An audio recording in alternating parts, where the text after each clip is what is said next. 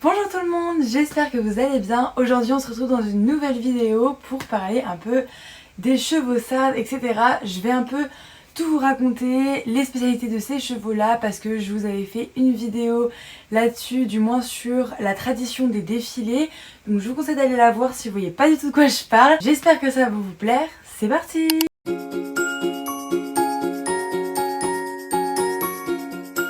Pour cette vidéo, j'ai fait un plan. Je vais faire une petite introduction. Ensuite, je vais vous parler de ces chevaux, en quoi leur race consiste, entre guillemets, voilà, leur spécialité, etc. Ensuite, je vais vous raconter leur histoire, comment ils sont arrivés en Sardaigne, à quoi ils servent, etc. Ensuite, la description du cheval. Et enfin, je vais vous parler des chevaux sauvages, parce qu'en Sardaigne, il y a des chevaux sauvages.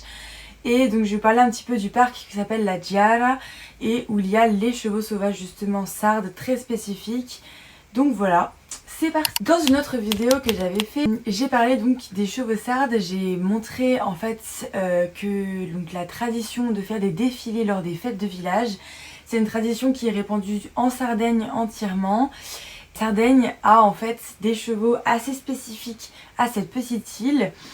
Et donc c'est un cheval typiquement sarde qui est un croisement qu'on appelle anglo-arabe sarde. Donc c'est une race spécifique à la Sardaigne, même si elle est répandue aussi en France, en Hongrie, en Espagne principalement. Mais donc en fait donc c'est un anglo-arabe d'abord.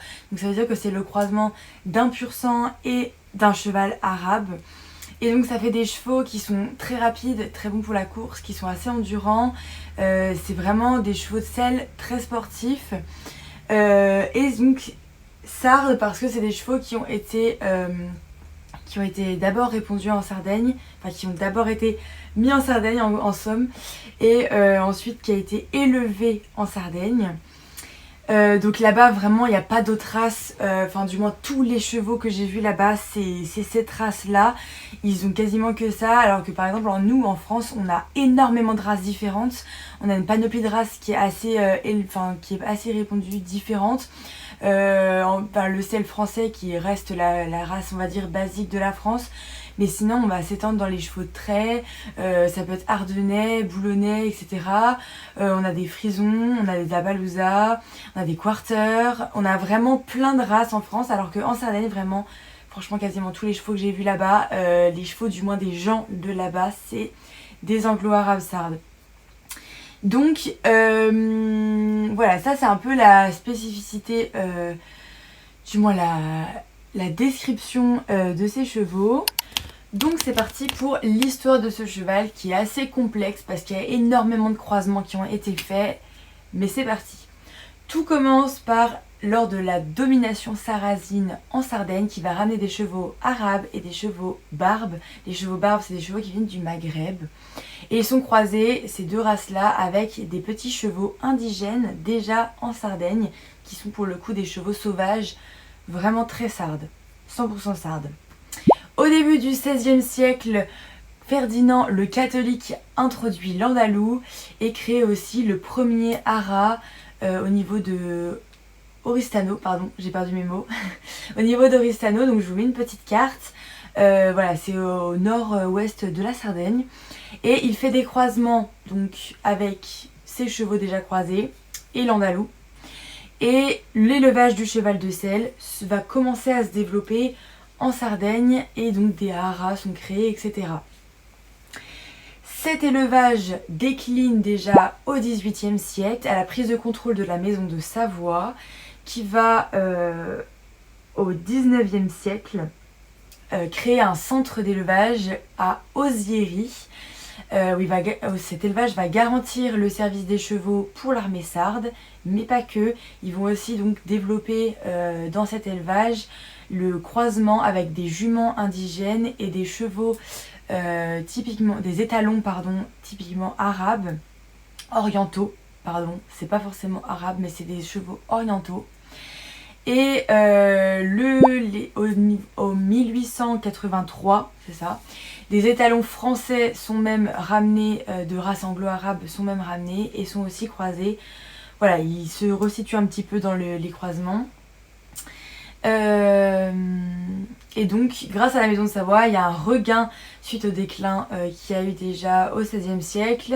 Donc, au XIXe siècle, il y a un regain dans l'élevage. Et au XXe siècle, il y a un nouvel apport d'Arabes. Donc, ça y est, l'élevage est officiellement relancé suite au déclin au XVIe siècle. Il est relancé au XXe siècle, 19e, XXe siècle environ. En 1915, le capitaine Grattarola, directeur de l'élevage d'Ozieri, interdit totalement l'étalon, le père pur sang, et il instaure les étalons totalement arabes, donc 100% arabes les étalons. Et il l'impose aux 600 meilleurs juments de l'élevage sélectionnés en Sardaigne à l'époque. La race locale, le cheptel sarde, est mélangée avec des chevaux orientaux et est recroisée avec, encore une fois, des chevaux arabes et le pur sang. Donc on verra en fait que le cheval arabe et pur sang, ils vont rester très officiels en Sardaigne, ça va rester des chevaux qui vont être très très pris pour les croisements. Et donc justement, en 1921, il y a un premier hippodrome officiel qui est instauré à Ozieri, et ce qui pousse les éleveurs à redemander la mission du pur sang en croisement, parce que, je le rappelle, le capitaine, je ne sais plus son nom, le capitaine Grattarola, donc le directeur de l'élevage d'Ozieri, avait supprimé le pur sang. Et cette fois-ci, ils ont réussi à réinstaurer le croisement avec le pur sang. En particulier, en 1937, il y a l'étalon Oriole qui en fait a poussé la demande de réadmission. Et dans les années 1930, la Sardaigne compte ainsi beaucoup de haras de pur sang, mais aussi beaucoup d'haras d'arabes. Donc voilà, les chevaux arabes, anglo-arabes, pardon. Beaucoup d'haras de pur sang arabe et d'anglo-arabe. Et donc ça y est, c'est le cheval, les chevaux là-bas, tous les mélanges de chevaux, etc. Là-bas, les croisements, les hybrides en fait, sont considérés comme des chevaux à une grande valeur. Donc le cheval là-bas commence à prendre une certaine valeur, même s'il n'est pas encore reconnu, il a déjà de la valeur. Durant la seconde moitié du XXe siècle, les croisements avec l'arabe sont remplacés par des croisements avec le pur sang. Donc cette fois-ci, ce n'est plus le pur sang qui est banni, c'est l'arabe. Et donc ça apporte la taille et la conformation actuelle qu'on voit dans pour les chevaux qu'on voit actuellement en Sardaigne. C'est le pur sang qui a apporté ça, donc à la seconde moitié du XXe siècle. Et en 1967, la race est officiellement reconnue en Sardaigne. Ça laisse officier la Sardaigne à son anglo-arabe sarde. Et en juillet 2015, il y a un conseil qui a lancé un décret, si on peut appeler ça un décret, qui est, je cite, un important séminaire sur la recherche scientifique appliquée à l'amélioration génétique du cheval. Donc, l'État s'engage à investir dans l'élevage de ces chevaux-là pour avoir une amélioration génétique du cheval, car je ne l'ai pas dit tout à l'heure, mais du coup c'est des chevaux qui sont non seulement des chevaux de grande valeur et de sang, mais surtout des chevaux qui sont extrêmement sportifs. C'est des chevaux qui servent énormément pour l'armée, pour la course, etc. La course est plutôt répandue, mais après même pour toutes sortes de disciplines. Donc c'est vraiment un cheval qui est reconnu comme très sportif, et donc ils veulent le développer génétiquement pour avoir encore plus de gains par sa caractéristique d'être sportif. Seulement quelques années plus tard, donc en 2017, 2-3 ans plus tard, en fait finalement ça a décliné totalement parce que l'État a arrêté d'investir dans cet élevage là, enfin dans l'élevage de ces chevaux là, et donc finalement ça a complètement décliné. Malouentou est un étalon qui restera l'emblème de cette race en déclin. D'ailleurs, la cavalière Lucie Bardin décrit cet élevage d'anglo-arabe sarde comme étant presque oublié. Donc aujourd'hui, c'est une race en Sardaigne, l'anglo-arabe sarde est une race qui est totalement en déclin, c'est une race qui commence à s'éteindre, malheureusement. Là-bas, ils ils les mettent beaucoup en valeur. Là-bas, tout le monde a ce cheval-là. C'est un cheval qui est énormément pris. On voit que ça même. Et il les surveille beaucoup. Il les dorlote beaucoup. Voilà, ils en prennent énormément soin. Mais c'est une race qui est très spécifique de là-bas. C'est une petite île déjà. Donc c'est normal, il n'y en a pas beaucoup. Et en plus de ça, c'est en déclin total parce qu'il n'y a plus aucun investissement de la part de l'État italien pour ces élevages-là. Au niveau de sa description, donc troisième partie, sa description, la morphologie de l'anglo-arabe sarde varie en fonction de l'origine de chacun. Ça reste variable comme tout type de race en soi. Mais plus le taux d'origine pur sang est important et plus les mesures morphométriques augmentent. Et au niveau de sa morphologie, donc c'est un cheval typiquement anglo-arabe, pur sang, etc. Donc en soi, pour certains, je ne vais rien vous apprendre. Mais ça a une tête voilà, très légère, des membres assez fins. Les yeux sont assez grands, très vifs, ils sont très ouverts. Les naseaux sont en général larges, souvent dilatés, etc. Pareil, l'encolure, elle est longue, elle est fine. La poitrine, elle est large. Le garrot est assez long, voire saillant. Mais en vrai, j'apprends quand même quelque chose parce que là, c'est assez bien détaillé, c'est intéressant. Dans l'ensemble, c'est un cheval qui a tous ses traits physiques très fins, longs, élancés, grands pour tout ce qui est les yeux, les naseaux, les oreilles sont... Alors les oreilles, bon, je vais pas dire qu'elles vont être grandes, c'est pas un âne non plus. Et voilà, le garrot peut être en revanche grand, voire saillant. Il est pas squelettique comme cheval, mais en tout cas, il a pas beaucoup de gras en général, on va dire. Et au niveau de la robe, c'est un cheval qui reste très banal pour la robe, je trouve. Baie, alezan, gris ou noir. Voilà, il n'y aura pas de pie, il n'y aura pas de style Appaloosa. Bon, c'est logique, c'est pas l'Appaloosa, mais je veux dire la robe Appaloosa aussi, ça existe. Voilà, c'est plus dans les tons alezan, baie, gris, noir. Et encore gris, en général, c'est vraiment gris foncé. Il n'y a pas de gris pommelé ou pas de blanc. Je veux dire, la couleur du poil ne sera pas blanc. C'est plus un vrai gris, je veux dire. Voilà. Et au niveau de son tempérament et de ses allures, c'est des chevaux qui sont assez nerveux, ils sont très sanguins, ils sont vraiment vifs, ils piétinent quoi d'impatience. Et ça, je l'ai beaucoup remarqué encore une fois dans ma vidéo quand on voit dans les défilés.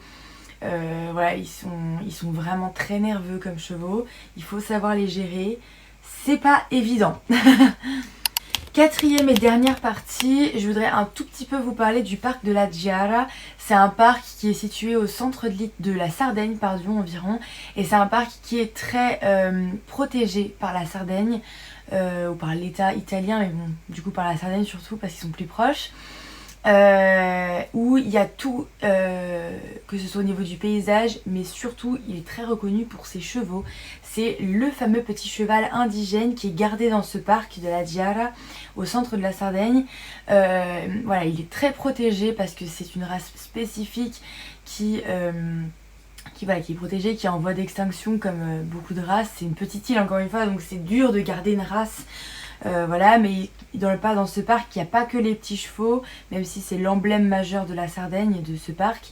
Voilà, il y a plein d'autres éléments de la nature qui est conservé là-dedans. Et donc, les chevaux de ce parc, je vous mets des photos, etc. pour vous montrer un peu à quoi ça ressemble. C'est pas vraiment des chevaux, c'est plutôt des poneys. Ils sont assez petits.